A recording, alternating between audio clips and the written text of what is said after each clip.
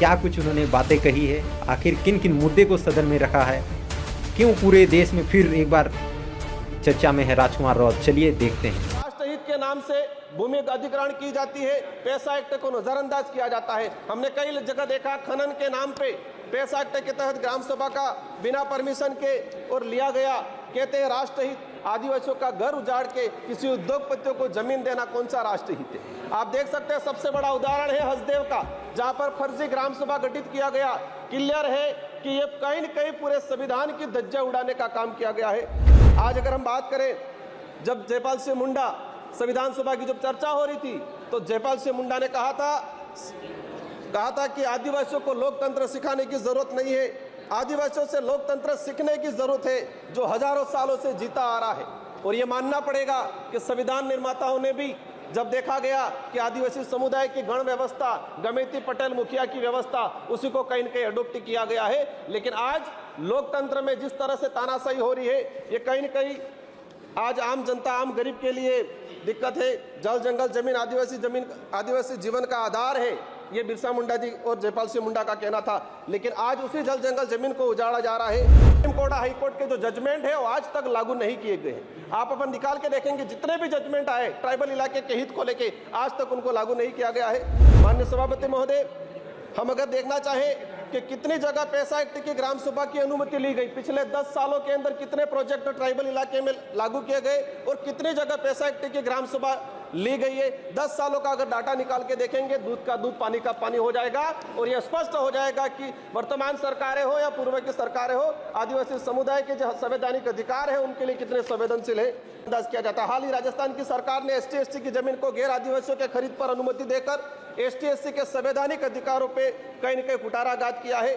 माननीय सभापति महोदय, हजारों वीरों के बलिदान के बाद Chota Nagpur tenancy act 1908, Santhal Pargana tenancy act 1949, Wilson rules 1837, ये जो जितने भी जो एक्ट आए थे, हजारों लोगों ने अपना बलिदान दिया था, इसके बाद आए थे। लेकिन देखा गया है आजादी के बाद इन किसी भी एक्ट पे कोई प्रावधान नहीं किया गया। जो बातें यहाँ के झारखंड के सांसदों को उठाने चाहिए थे संसद में, उन मुद्दों को राजकुमार राउत ने बोल करके यह साबित कर दिया है कि वे आदिवासियों के मुद्दों के प्रति हैं, सक्रिय हैं, उन चीज़ों को बहुत गंभीरतापूर्वक देख रहे हैं। राजकुमार राउत जो बांसवाड़ा के सांसद हैं और भारत आदिवासी पार्टी के पहले सांसद हैं, उन्होंने जिस तरीके से सदन में मुद्दे को रखा है, ये बहुत ही काबिल तारीफ़ है। और कहीं ना कहीं कई आर्थिक शीर्ष जीतने वाले सांसद जो आदिवासियों का प्रतिनिधित्व करते हैं, वो ऐसे सांसदों पर बड़ा सवाल खड़ा किया है। तो उन पर भी सवाल खड़ा होता है कि कई मुद्दे हैं कि जो आदिवासियों के मुद्दे को सदन में उठाने की आवश्यकता थी, लेकिन ये काम कर दिखाया राजकुमार राउत ने। जी हाँ, राजकुमार राउत, वही राजकुमार राउत जो इससे पहले सदन में बातों को रखे थे। उन्होंने कहा था कि इस तरीके से आज़ादी के 75वीं वर्षगांठ मनाया जा रहा है, संविधान दिवस मनाया जा रहा है, जनजातीय गौरव दिवस मनाया जा रहा है, लेकिन आदिवासियों को किस तरीके से विकास के नाम पर उनकी ज़मीन हड़प ली जा रही है, उनको बेदखल किया जा रहा है। और जहां एक और आदिवासी समुदाय लगातार जल जंगल ज़मीन को बचाने के लिए लगातार कई लड़ाइयाँ लड़ा है कि उन्होंने झारखंड के CNT जो छोटा नागपुर काश्तकारी अधिनियम भगवान बिरसा मुंडा के शहादत के बाद CNT जैसे कानून बने थे, उन कानूनों को भी उन्होंने बात करते हुए उन कानूनों को भी सख्ती से लागू करने के लिए कहा है। और SPT जो संथाल युद्ध आपने सुना होगा, 1855-56 में युद्ध हुआ था। उन युद्ध के बाद जो परगना के लिए, वहाँ संथाल परगना की सुरक्षा के लिए जो टेनेंसी एक्ट जो बनाए गए थे, उन कानूनों को सख्ती से लागू करने के लिए उन्होंने आग्रह किया है। इस तरीके से हसदेव में आपने देखा होगा कई पूरे देश में आंदोलन चले थे, लेकिन सदन में कोई भी सांसद नहीं रखा था। लेकिन राजकुमार राउत ने जिस तरीके से हसदेव जंगल की आवाज़ को रखा है सदन में, होनी चाहिए संसद भवन में, वो आवाज़ हो चुकी है और उसकी शुरुआत राजकुमार राउत ने की है। यही कारण जो बातें राजकुमार राउत ने रखा है उससे काफ़ी आदिवासी समुदाय भी गर्वान्वित महसूस कर रहा है। श्री राजकुमार राउत जी, धन्यवाद सभापति महोदय, आपने संविधान की डिबेट पे बोलने का जो अवसर प्रदान किया। आज हमारे देश के लिए एक सबसे सर्वोच्च और सबसे शुद्ध ग्रंथ है संविधान। आज इस सदन में मैं पहुंचा हूं, कहीं न कहीं उस संविधान की मेहरबानी है और मेरे निर्वाचन क्षेत्र की जनता की मेहरबानी है। मैं संविधान को नमन करते हुए मेरे क्षेत्र की जनता को प्रणाम करते हुए मैं मेरी बात को रखना चाहूँगा। इस संविधान के अंदर प्रावधान किया गया है कि इस देश के अंदर रहने वाला प्रत्येक वर्ग और विशेषकर ध्यान रखा गया है जो इस देश का जो गरीब है तबका है और आदिवासी समुदाय हो, एससी समुदाय हो, उनके उद्धार के लिए प्रावधान किए गए संविधान के अंदर।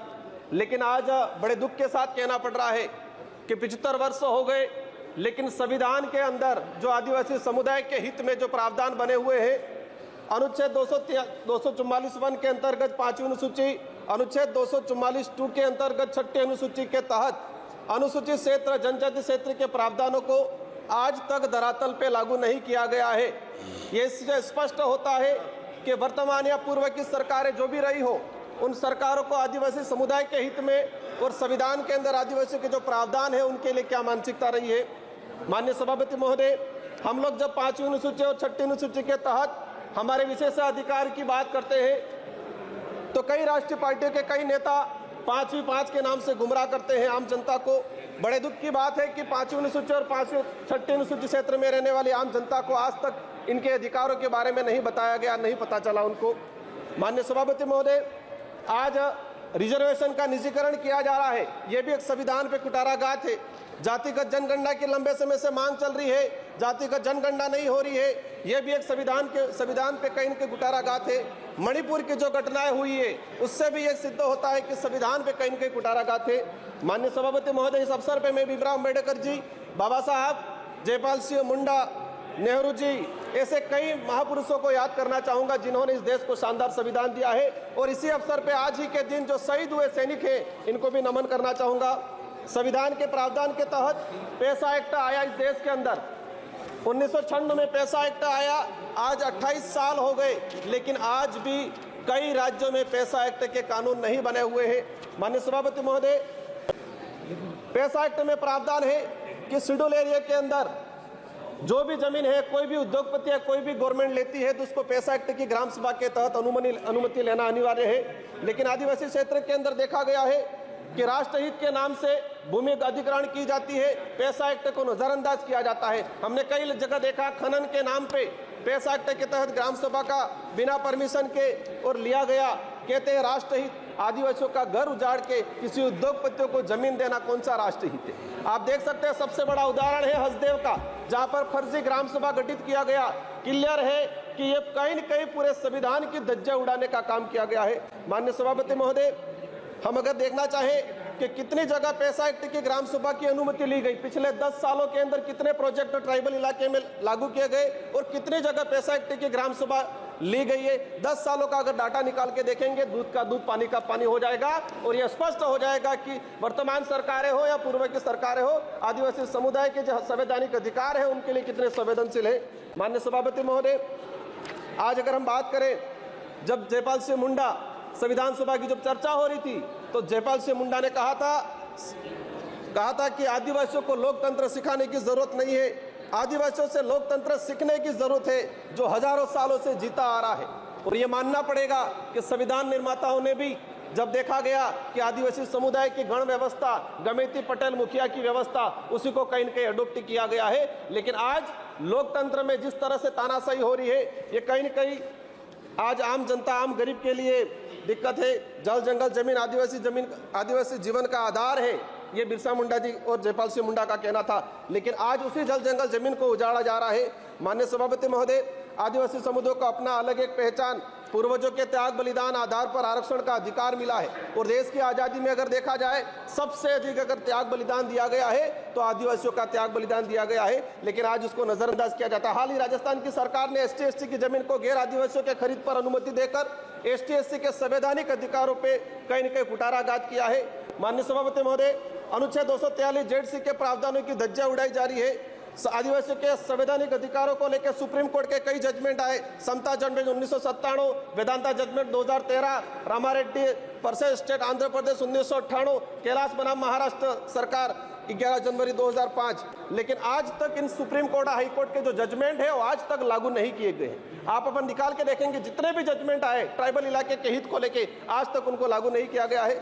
माननीय सभापति महोदय, हजारों वीरों के बलिदान के बाद Chota Nagpur tenancy act 1908 Santhal Pargana tenancy act 1949, Wilson rules 1837, ये जो जितने भी जो एक्ट आए थे, हजारों लोगों ने अपना बलिदान दिया था, इसके बाद आए थे, लेकिन देखा गया है आजादी के बाद इन किसी भी एक्ट पे कोई प्रावधान नहीं किया गया है। माननीय सभापति महोदय, मैं लास्ट 30 मिनट में आपकी बात में समझ रहा हूँ, मैं अपनी बात को रखूंगा। हमारे देश की न्याय व्यवस्था की बात करें, जी धन्यवाद। खासतौर पे आदिवासियों को संविधान में कई अधिकार दिए गए हैं, जिसमें 244(1) में 5वीं अनुसूची, 244 के खंड 2 में 6ठी अनुसूची और पेशा कानून, ये 3 कानून जो हैं आदिवासियों के परंपरा, संस्कृति, उनके ज़मीन, उनकी बोली, उनकी भाषा, संस्कृति को बचाए रखने के लिए ये सभी कानून बनाए गए थे, ताकि बाहरी आबादी हस्तक्षेप न करे उनके परंपरा, संस्कृति को, उनके बोली, भाषा को, उनके ज़मीनों पर, ताकि उनकी परंपरा, संस्कृति बची रहे। यही कारण है कि 5वीं अनुसूची, 6ठी अनुसूची का प्रावधान किया गया है संविधान में,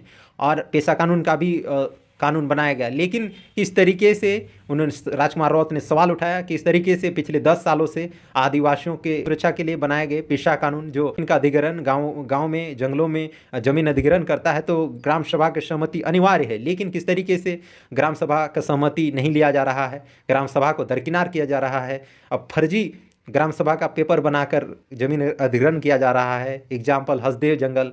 तो ऐसे कई मुद्दे को उन्होंने संसद में उठाने का काम किया है। उन्होंने उनसे आग्रह किया कि जितने भी आदिवासियों के जो हक, अधिकार हैं, कानून हैं, उनको पूर्णतः लागू करें।